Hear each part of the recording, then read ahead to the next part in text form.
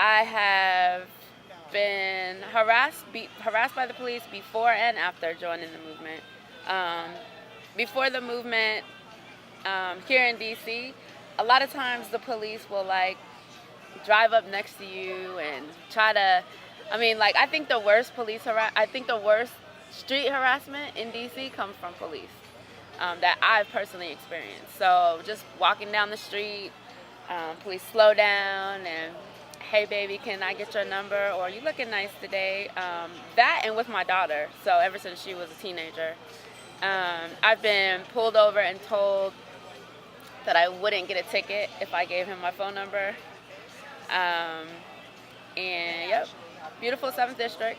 And but ever since the movement, I get the more scarier kind of harassment, the kind that's easily, people can say doesn't exist unless you're sitting there with me. So between the people following me, the police following me in their vehicles, we're not talking about unmarked vehicles, we're talking about marked vehicles, officers that we see all the time, who do things like say my name in a crowd, like my full name in a crowd, just to let me know they see me. And then there's the other part that I do in the community, which is in working with folks on inter-community violence. Because so many communities are asking for the police to come in, so they're obviously there. But every time there are police in the neighborhood, especially if that number increases, it increases the opportunities for negative interactions with the police. So I've seen numerous jump outs, despite also being in council hearings where police chiefs have testified that jump outs don't exist. When I've seen them with my eyes, I have taped them. I have put them on social media, and still, it happens.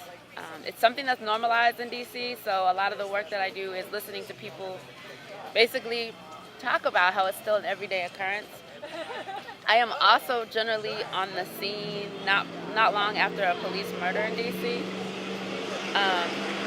So some of my experience comes with like the aftermath, and just really the callousness, the joking, the laughing.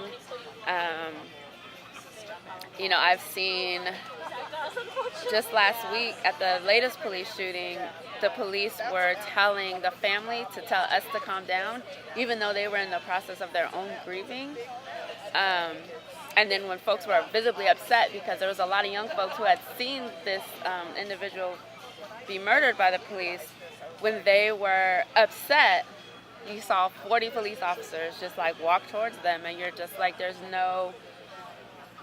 it's almost like you're not, when the police come into a situation, they're already in position to like quell dissent or any kind of negative actions toward them.